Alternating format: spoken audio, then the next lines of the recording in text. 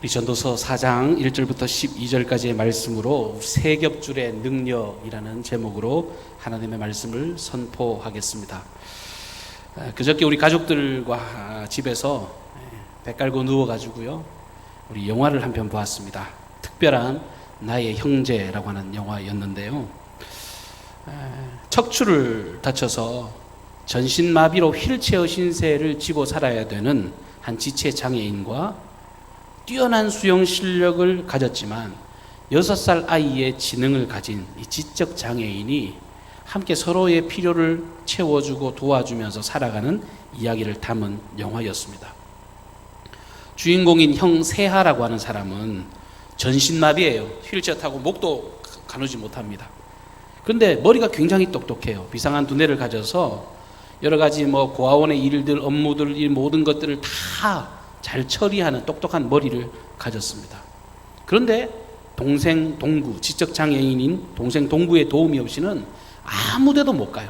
혼자 할 수 있는 일이 아무것도 없습니다. 동생 동구는 뛰어난 수영 실력만 가졌지 형의 도움이 없이는 그야말로 화장실 가는 것도 먹는 것도 어디 가는 것도 아무것도 할 수 없는, 스스로 할 수 없는 지적 어떤 장애를 가진 상태였습니다. 근데 그들이 살던 사회복지시설의 이름이 참 의미가 있더라고요. 책임의 집이라고 하는 이 고아원에 그들이 살고 있었는데, 사람이 태어났으면 끝까지 잘 살아야 될 책임이 있다. 연약한 사람이고 보잘것없는 사람이지만 서로 도우면서 책임 있는 삶을 살아가라고 그 원장 신부님께서 지어주신 이름이었습니다. 영화를 보는 내내 잔잔한 감동이 밀려오고 모든 가족들이 함께 보면 좋을 영화라고 생각이 돼서 여러분 추천을 해드립니다. 한번 요즘은 TV 안에서도 이렇게 틀면 나오니까요, 여러분들 시간 되시면 꼭 한번 보시면 좋겠습니다. 근데 여러분, 이런 연대의식이라는 거 있잖아요. 공동체의식, 책임의식, 이건 사실 하나님께서 우리 모든 인류에게 허락해 주신 하나님 아버지의 마음입니다. 세상이 가진 마음이 아니라 원래 하나님 아버지께서 가진 마음이 이런 마음이에요. 하나님의 질서는요, 늘 이렇게 하나됨을 추구하고 계십니다. 이 질서를 따라 살 때 모든 이들은 모두가 다 평안하게 행복하게 살도록 하나님은 만들어 놓으셨습니다. 그런데 우리가 살아가는 현실은요, 영화 전반에서 이렇게 밑에 깔려 있는 게 뭐냐면, 사회적 현실은 장애인과 비장애인이 서로 갈등과 아픔과 반목이 있다는 것을 지적하는데, 우리가 살아가고 있는 세상이 마찬가지예요. 이론은 다 압니다. 어울려 살아가는 것, 좋은 것 누가 모릅니까? 다 알고 있습니다. 함께 동반하는 거 중요한 거 다 압니다. 그런데 이론은 철떡같이 잘 아는데 실상 내 것만 챙기고 내게 유익을 주는 그 사람들과만 찾아서 관계를 맺고, 그리고 어떤 사람은 남이야 어찌되든지 상관없이 그냥 내 입속만 채우면 된다는 그런 생각이 만연해 있는 시대를, 우리가 부정하고 싶지만 실제로 그런 시대를 우리가 살아가고 있습니다. 오늘 주신 이 전도서의 말씀은 솔로몬이 쓴 지혜서입니다. 해 아래서 수고하는 모든 인생들의 허무함을 이 글에 담아놓고 있습니다. 근데 단순히 솔로몬이 이 세상살이가 허망하다, 신세한탄하려고 이 허무주의적 관점에서 이 글을 쓰고 있는 것이 아니라, 사실은 인생이 참으로 의미 있고 보람된 진짜 방향이 있는데, 그 하나님의 질서 안에서 정말 아름다운 삶으로 나아오십시오, 그것을 역설적으로 이렇게 교훈하고 있는 말씀이 전도서의 말씀입니다. 오늘 전도서 4장은 세상 모든 이 특별히 학대당하는 자들의 고통과 눈물에 관하여서 말씀이 시작되어집니다. 세상 속에는 만연한 불법으로 인해서, 악행으로 인해서 사회적 약자들이 고통을 당합니다. 학대와 고초를 당하면서 많은 눈물을 흘립니다. 근데 오늘 말씀해 보면 세상 어디에도 위로자를 찾을 수 없다고. 그러니까 가뜩이나 힘들어 죽겠는데 위로할 사람도 없으니까 얼마나 힘들고 어렵겠습니까? 많은 고통과 억압을 당하는 그들의 삶에 대해서 말씀하고 있습니다. 그런데 가만히 보면 단순히 이게 학대 당하는 자들에만 해당되는 이야기인가? 그렇지 않아요. 손에 권세를 쥐고 있다는 사람들도 면면을 뒤집어서 보면 삶이 불행하기는 매 한 가지입니다. 세상사가 얼마나 힘들고 어려웠던지 이 전도서를 쓴 이 솔로몬은 이렇게 기록합니다. 살아있는 사람보다 죽은 자들이 더 복되고 또한 아직 태어나지 않아서 이런 일을 보고 경험하지 않은 사람들이 훨씬 더 행복하다, 이렇게 말할 만큼 인생이 주는 그 고통과 힘겨움, 너무너무 말로 다 할 수 없다는 겁니다. 눈물겨울 정도로 힘겨운 삶을 살아갑니다. 저는 목회자니까 장례식을 치를 일이 많잖아요. 장례식장에서 설교를 하다가 인생에 대해서, 인생은 고해다. 여러분, 고해가 뭐죠? 고통의 바다라는 뜻 아닙니까? 여러분, 인생을 고통의 바다다, 넓고 넓은, 끝도 알 수 없는 그 망망대해, 어디로 가야 될지도 모르고 방향도 모르는 그 바다, 그리고 얼마나 깊은지요. 속을 알 수가 없습니다. 뭐가 있는지. 그 시커먼 밑이 지옥인지 뭔지도 모르는 그렇게 깊은 바다 속과 같이 우리 인생이 그만큼 힘들고 어렵다는 그런 말씀을 전할 때 많은 이들이 고개를 끄덕입니다. 천국 가는 인생이지만 인생을 돌아보면 그렇게 고난의 바다를 헤치고 살아온 인생이라고 이야기하면 모든 가족들이, 유족들이, 친지들이 눈물을 흘립니다. 그래, 이분 참 고생하고 사셨지. 그러면서 그분들의 삶을 추억하게 됩니다. 여러분, 열심히 수고하고 일하고 나면 어떤 성과를 얻죠. 만족과 기쁨을 누릴 수 있습니다. 근데 본문 4절에 말씀은 재미있는 표현이 하나 있는데, 모든 수고와 모든 재주를 시기하는 사람들로 인해서 일을 잘해놓고도 애꿎은 마음고생하며 살아야 되는 게 인생의 현 주소라고 이야기를 하고 있습니다. 열심히 노력해서요, 열매를 맺으면요, 꼭 그것을 시기하고 질투해서 함께 배합하는 사람들이 있다고요. 근데 그 사람들 때문에 나도 힘들고 어렵고, 나는 열심히 잘 살았을 뿐인데 그 시기하는 무리들 때문에 나도 또 좌절되고 넘어지는 것, 그게 인생이라고 이 전도서의 기자는 지적하고 있습니다. 그러니까 가만히 보면 세상 사람들이 왜 그렇게 흥청망청 사는지를 알 것 같아요. 어떤 중독에 빠져서 살아가는 게 일면 이해가 됩니다. 사람은 누구라도 헛된 바람을 쫓는 것과 같은 이 인생의 무게, 끊임없이 찾아오는 삶의 어떤 그 고통을 돌파할 수 있는 이 방법, 저 방법을 다 찾아서 헤매어 보는 겁니다.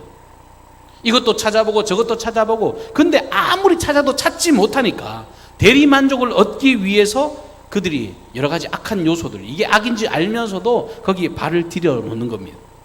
게임에 중독이 되고, 도박과 술과 마약과 성적인 쾌락과 그 정말 말로 다 할 수 없는 여러 가지 세상 쾌락을 그 일순간의 행복과 만족을 위해서 타협해 버리는 겁니다. 영혼을 파는 행위도 서슴지 않습니다. 세상에 일어나는 모든 죄의 이면에는 자기의 공허함을 달래기 위한 그런 순수함에서 출발한다는 걸 여러분 아십니까?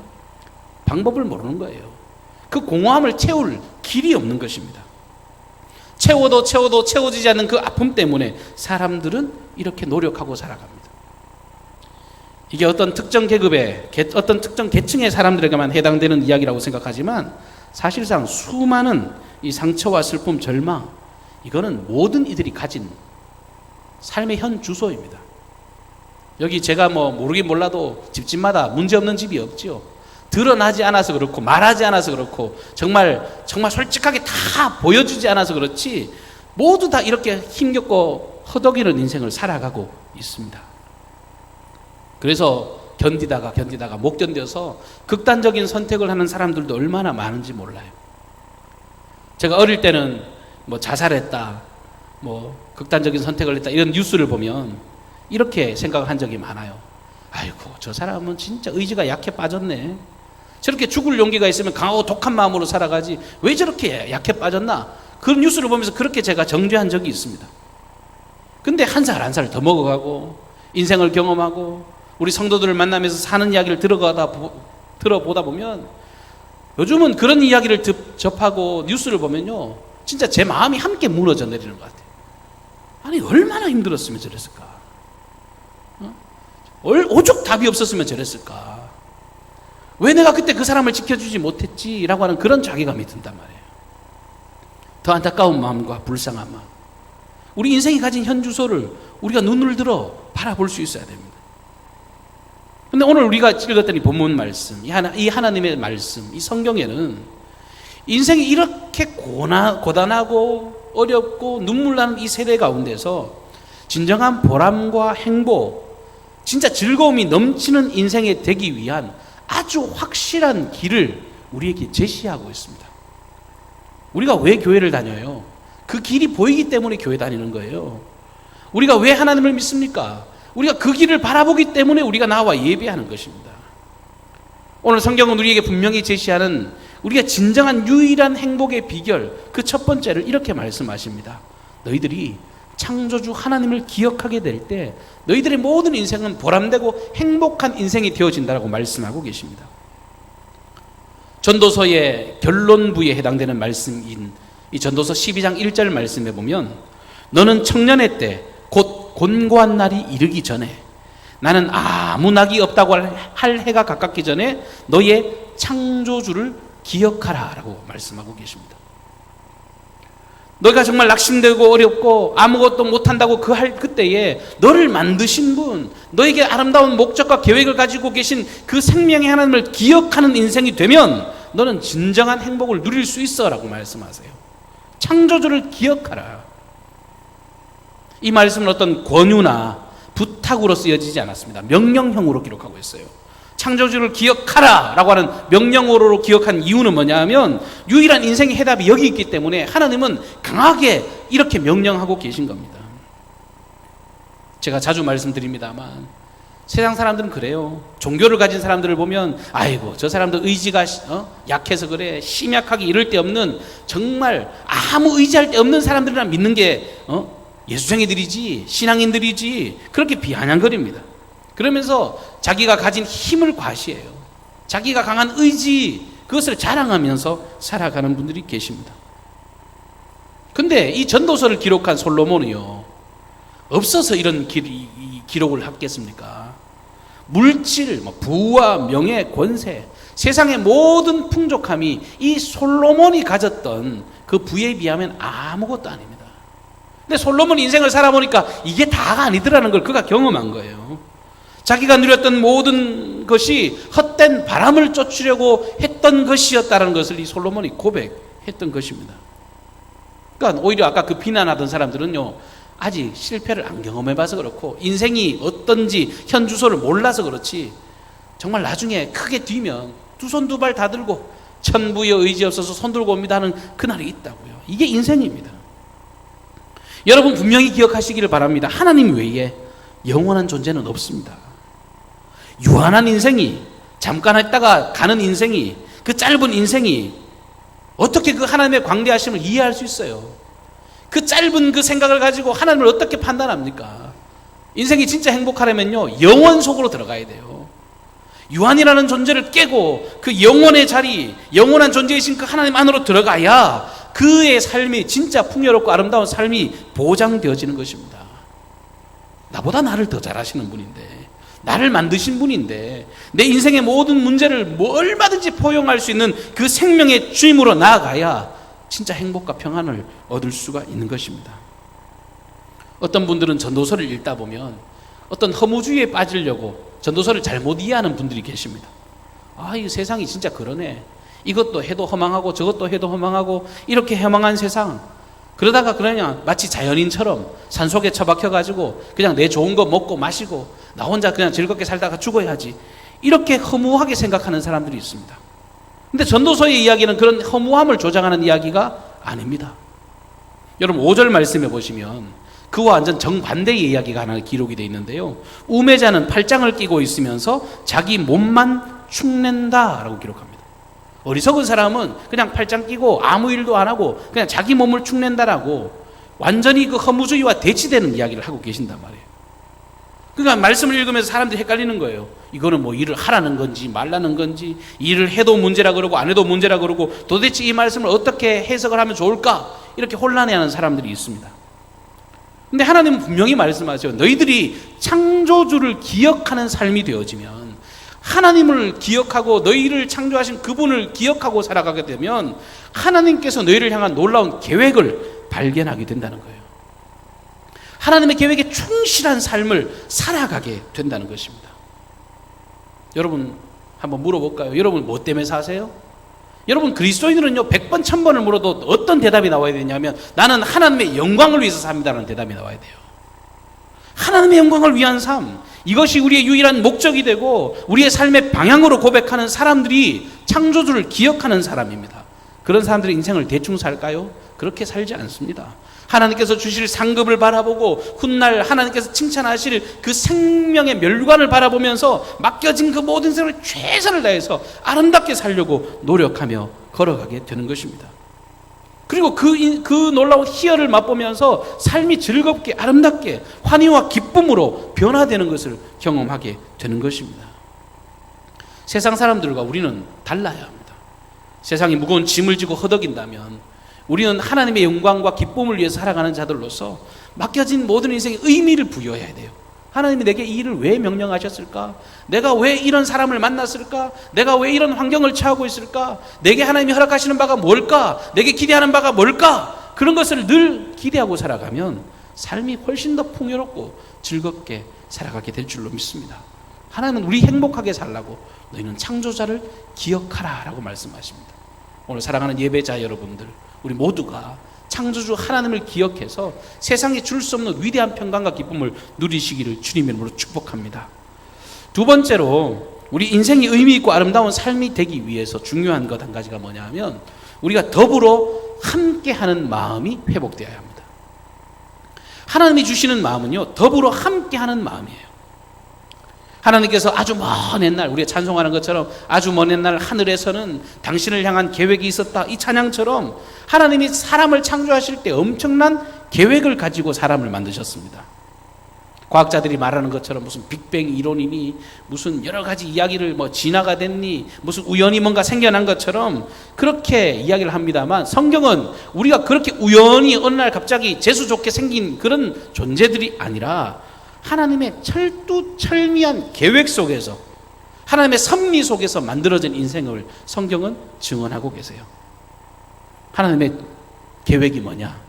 창세기 1장 26절 말씀에 보면 하나님이 이르시되 우리의 형상을 따라 우리의 모양대로 우리가 사람을 만들고 그들로 바다의 물고기와 하늘의 새와 가축과 온 땅에 기는 모든 것을 다스리게 하자. 여러분, 하나님께서는요, 모든 인생들이 하나님의 형상을 닮아서 세상 모든 것을 다스리며 살기를 원하십니다. 그래서 하나님은 이 세상을 효과적으로 다스리라고 인생들 안에 하나님의 형상을 담아 놓으셨습니다. 근데 여기 하나님의 형상을 담아 놓으셨는데요, 성삼위 하나님의 형상을 담아 놓으셨다는 걸 기억해야 됩니다. 오래 신앙생활 하신 분들도 하나님은 한 분이시다, 단일신으로 흔히 생각을 하시는데 그 말은 50점짜리 대답이에요.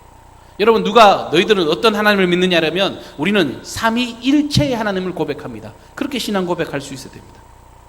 성삼위 하나님의 형상을 담으셨다, 이건 굉장히 중요한 의미가 담겨져 있습니다. 여러분, 이 성삼위 하나님이 아니라 만약 단일신이라면 오늘 성경은 이렇게 기록돼야 맞겠죠? 하나님이 이르시되 나의 형상을 따라 나의 모양대로 내가 사람을 만들 것이다. 근데 성경은 그렇게 기록되고 있지 않습니다. 하나님을 말하면서요, 우리라고 하는 복수로 기록하고 있습니다. 우리가 우리의 형상대로 우리가 사람을 만들자고. 여러분, 이게 무엇을 의미하는 겁니까? 창조 때요, 성부, 성자, 성령의 아름다운 연합, 성부, 성자, 성령의 아름다운 하나됨, 이 아름다운 형상이 우리 속에 고스란히 다 그대로 들어왔다는 거예요. 모든 인간들 안에는 이 성삼위 하나님의 아름다운 연합이 머리부터 발끝까지 다 흘러 가고 있다는 것입니다.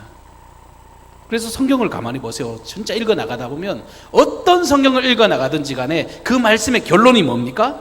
하나님 나라의 회복을 말씀하실 때 완전한 연합, 완전한 하나됨, 완전한 일치를 성경은 말씀하고 있습니다. 왜요? 우리 안에 하나님의 그 삼위일체 연합이 담겨져 있기 때문에 그렇습니다. 반대로 사탄은, 마귀는 가는 곳마다 쪼개는 영이에요. 분열의 영입니다. 나누고 찢어놓고 갈라놓고 이간질해놓고 정말 하나님의 형상에서 멀어지게 만드는 게 그게 마귀 짓이지 하나님의 역사가 아니라는 거예요. 성삼위 하나님의 역사는 언제나 연합과 일치 하나됨의 영이십니다. 우리 강경중앙교회가 정말 위대한 교회로 전진한다 그럴 때요, 우리가 하나님의 형상을 발견해야 됩니다. 하나님께서 좋은 교회를 넘어 위대한 교회로 우리를 쓰시기 위해서 이 아름다운 일들을 우리에게 이루기를 기대하고 계신단 말입니다. 근데 어떤 사람은요, 독불장군이에요. 혼자 사는 사람 꽤 좋다고 생각합니다. 여러분 8절 말씀을 한번 보십시오. 어떤 사람은 아들도 없고 형제도 없이 홀로 있으나 그의 모든 수고에는 뭐가 없대요? 끝이 없대요. 여러분 혼자 사는 사람은요, 절망과 아픔과 수고가 끝날 일이 없는 거예요. 혼자 생활하는 것 절망스럽다고 성경은 기록하고 있습니다. 요즘 코로나19로 인해서 요즘 언컨택트 이런 단어 많이 들어보셨죠? 뭐 다르게는 언택트 이런 단어를 쓰는데, 대면하지 않겠다, 바라보지 않겠다, 만나지 않겠다, 뭐 이런 겁니다. 많은 학자들이 이 코로나19 이후의 세상을 예측할 때 앞으로 미래 사회는 사람들이 서로 상종하는 것이 아마 어려운 세상이 될 거라고, 애써 사람들을 외면하고 살아가는 그런 시대를 경험하게 될 것이라고 예측하는 미래학자들이 많이 있습니다. 이미 코로나19 이전에도 이런 움직임들이 있었죠. 근데 이 코로나19로 인해서 이게 더 확실하게 더 굳어질 거다, 이렇게 이야기를 합니다. 제가 강경 인구를 이렇게 조사하다가 보니까, 여러분 강경 인구가요, 숫자가 작기도 하지만 더 놀라운 건 1인 세대 가구가 굉장히 많습니다. 이게 우리나라 전역에 혼자 세대주를 이루는 가정들이 굉장히 많다는 거예요. 그러니까 인구가 줄어가는 것보다 더 시급한 건 1인 세대가 많이 느는 것, 그것이 더 심각한 문제입니다. 아예 이 세상은요, 이 혼자 사는 게 이제 일상 문화가 되어버렸습니다. 혼밥이라 그래가지고 식당도 요즘에는 혼자 밥 먹는 눈치 줬다간요, 그 집은 장사 망합니다. 혼자 와도 어서 오십시오 그리고 지극정성으로 손님 대접해야 되고, 아예 그 사람도 부담 느끼지 않도록 혼자만 딱 밥 먹고 갈 수 있도록 요만한 그냥 쟁반 하나 내밀고 그냥 밥 먹고 가는 그런 시대입니다. 과거에만 해도 인스턴트 식품은요, 라면 외에는 거의 찾아보기 어렵잖아요. 라면이나 3분 카레 외에 옛날에 무슨 인스턴트 식품이 있었습니까? 지금은요, 없는 게 없습니다. 깻잎도 캔 딱 따가지고 하루 한 끼 딱 먹을 수 있는 깻잎이 나오고요. 우리가 지금 장아찌 열심히 만들고 있습니다만 사실 나가면 온갖 종류의 장아찌들이 정말 마트에 얼마나 많이 파는지 몰라요.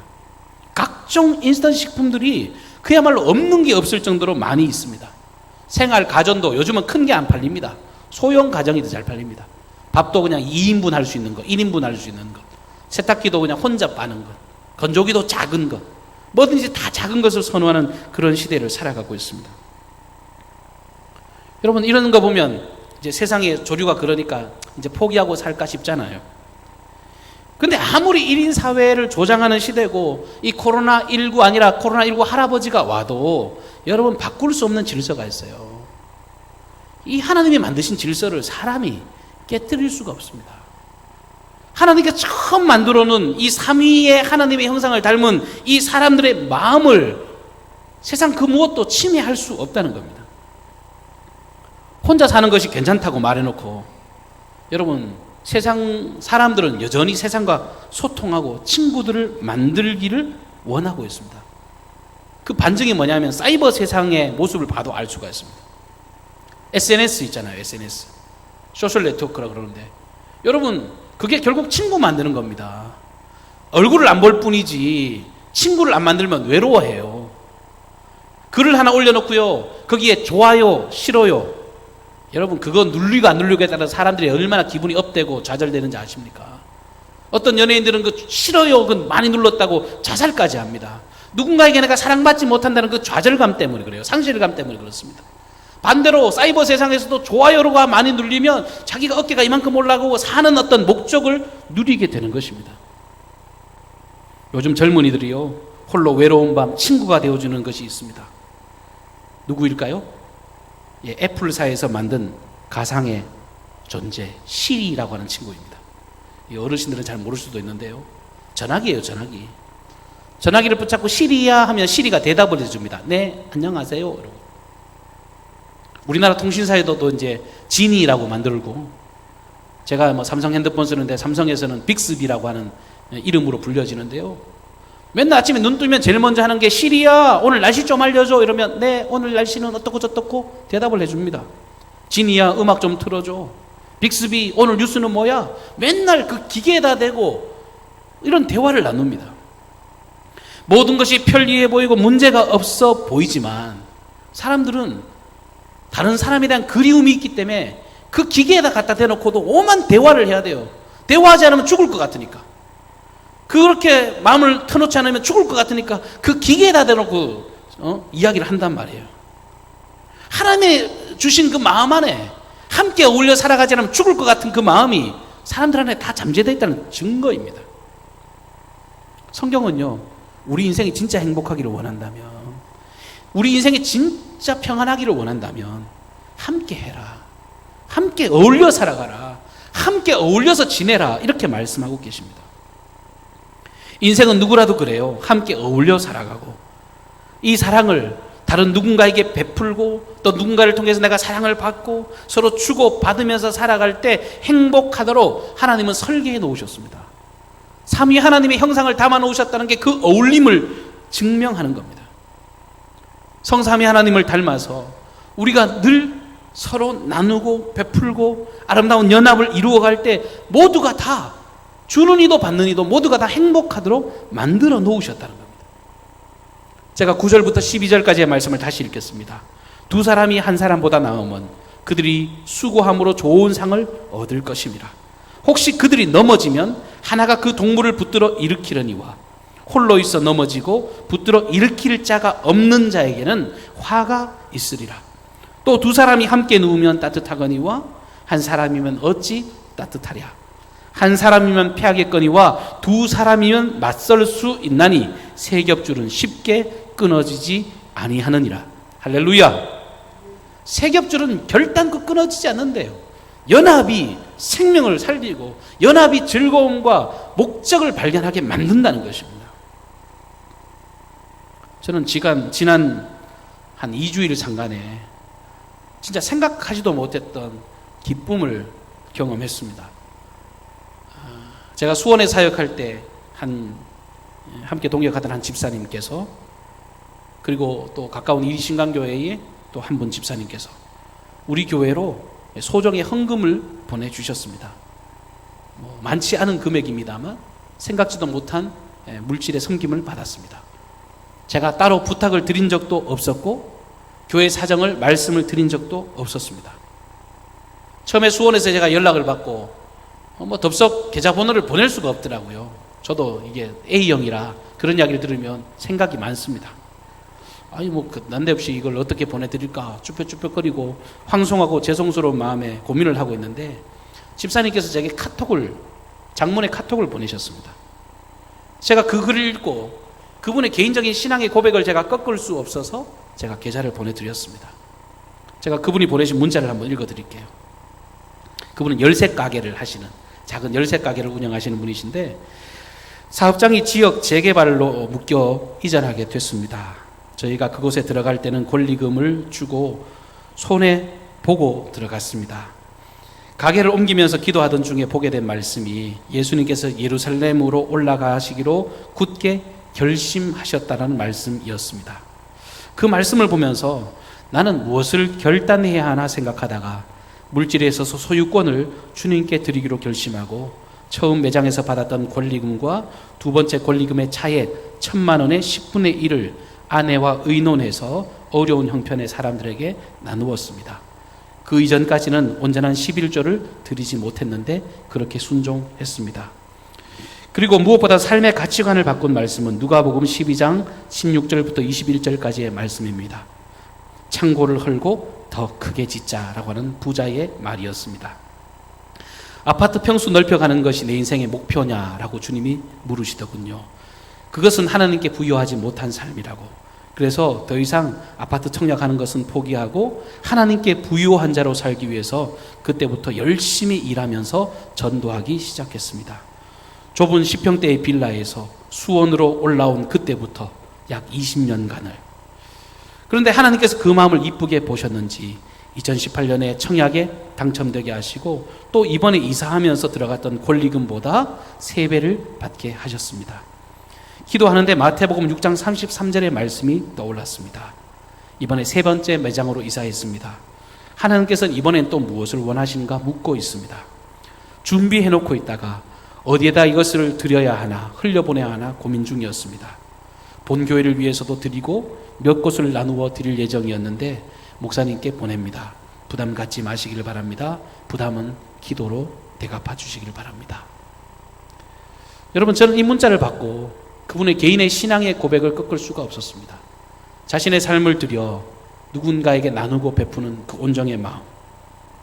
그리고 그저께는 제가 우리 그 멜론 장아찌 만드는 이야기를 SNS에 올렸는데요. 우리 엘리베이터 공사를 위해서 선한 마음으로 이것을 준비하고 있습니다라고 글을 올렸더니 정말 난생 처음 이름도 듣도 보도 못한 인천의 새힘교회의 강경천 목사님이라고 하는 분이 또 소정의 물질을 보내주셨습니다.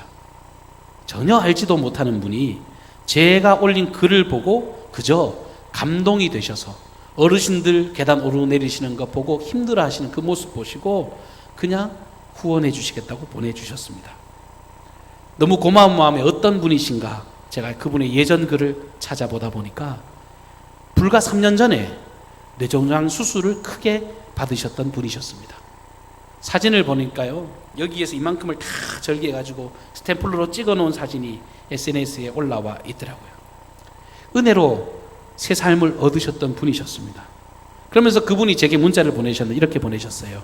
교회는 언제나 주님의 인도하심을 경험하며 사는 곳이고 본인도 그렇게 20년간 그 은혜 안에서 달려왔다고 그렇게 고백하시면서 우리 교회가 간절히 기도하는 그 기도의 제목이 반드시 이루어질 것을 믿고 자기도 함께 기도하시겠다고 그렇게 글을 남겨주셨습니다. 여러분 어떻습니까? 제가 미담을 소개하기 위해서 이 말씀을 드리는 것이 아닙니다. 이게 그리스도인이 살아가는 삶의 방식입니다. 세상과 다른 기준, 세상과 다르게 살아가는 삶의 방식이에요. 이렇게 나누고 베풀고 이렇게 서로 함께 나누면서 행복과 삶의 의미를 발견하는 사람들이 우리 그리스도인이라는 거예요. 하나님은 그렇게 살라고 우리를 하나님의 형상을 담아 창조하셨습니다. 오늘 설교 이후에 우리 교회 누수공사, 엘리베이터 설치를 위한 특별 헌금을 작정하는 시간을 갖게 됩니다. 우리가 오래전부터 광고해왔고 우리가 공동의회를 통해서 결의하고 우리가 결정해온 것 주님 보시기 아름다운 모습이라고 믿습니다. 그러나 다만 여러분께 부탁드리고 싶은 건 물질로 인하여서 절대로 부담 갖지 마십시오. 스스로 시험들 일을 절대로 행하지 마십시오. 분명한 원칙이 있습니다. 오직 주님께 받은 은혜, 주님께 받은 바, 주님께서 주신 바 그 은혜에 감사하는 마음, 정말 순전하고 즐거운 마음으로 동참을 해주시기를 바랍니다.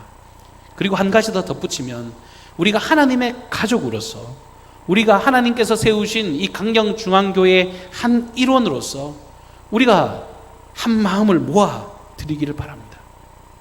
제가 동일한 헌금은 아니어도 동일한 헌신을 이라고 하는 슬로건을 내걸었습니다. 여러분, 저는 여러분들이 동일한 마음의 헌신, 동일한 그 마음의 소망으로 교회를 사랑하는 그 마음이 모여지면 여러분 물질의 동일함이 문제가 아니라 그 마음을 통해 하나님은 위대한 일을 허락해 주실 줄로 믿습니다. 우리 교회가 앞으로 해야 될 일이 많이 있습니다. 근데 저는 이것이 그냥 건축하고 교회를 정비하고 그 일을 넘어서 하나님의 교회가 조금씩 변하고 정말 교회다운 면모를 갖추고 또 더 하나님의 놀라운 생명을 나타내는 그런 초석과 그런 출발점으로 이 시간들이 하나님께 선용되어지기를 바랍니다. 여러분 삶의 풍성한 보람과 행복을 누리시기를 원하십니까? 진짜 재미있고 진짜 살맛 나는 세상을 기대하십니까? 세상처럼 살면 늘 퍽퍽하고 허무하고 답답한 것밖에 없습니다. 주님의 질서를 따라서 정말 하나님 무서운 줄 알고 창조주를 기억하는 삶, 그리고 하나님께서 우리를 만드셨을 때 모든 것과 연합하고 나누고 베풀고 살아가라고 하는 그 선한 질서를 따라서 아낌없이 주님의 나라와 영광을 위해서 드리는 아름답고 복된 저와 여러분의 삶이 되시기를 주님의 이름으로 축복합니다. 한번 기도하십시다. 하나님 아버지, 우리를 사랑하셔서 주의 복된 자녀로 삼아주셔서 감사합니다. 주님에게 베푸신 은총에 감사하는 마음으로 작은 헌신과 이 순종의 삶 위에 하나님을 경외하고 하나님을 따라 사는 삶 위에 하나님은 그날 큰 행복과 즐거움을 약속해 주신 줄로 믿습니다. 우리 즐겁게 살아가라고, 우리 의미 있게 살아가라고, 우리 행복하게 살아가라고 이렇게 우리를 승리의 자리로 초청하여 주셨사오니 우리가 외면하지 않도록 도와주시고 그 하나님의 선하신 질서와 능력 안에 아버지 세상이 줄 수 없는 기쁨과 평안을 누리는 복된 걸음 되게 하여 주시옵소서. 세상과 나는 간 곳이 없고 오직 구속하신 주님 바라보며 살아가는 것이 아버지 우리의 삶의 유일한 아버지 행복인 것을 고백합니다. 하나님 아버지 세상의 모든 가치관이 아닌 생명의 기준으로 맡겨진 그 모든 인생 아름답게 살아내는 복된 권속들의 삶이 되게 하여 주시옵소서. 우리 강경중앙교회를 축복하여 주셔서 우리의 선한 마음, 하나님의 놀라운 나라를 위해서 지금 아버지 결단한 이 선한 마음이 하나님 저희들의 모든 작은 아버지 하나님 순종의 걸음을 내딛사오니 하나님께서 예비하신 크나큰 은총과 기쁨으로 가득가득 채우시고 함께하여 주시옵소서. 생명의 길로 열어가실 그 권능의 주님을 의지하옵고 예수님의 존귀하신 이름으로 기도하옵나이다. 아멘.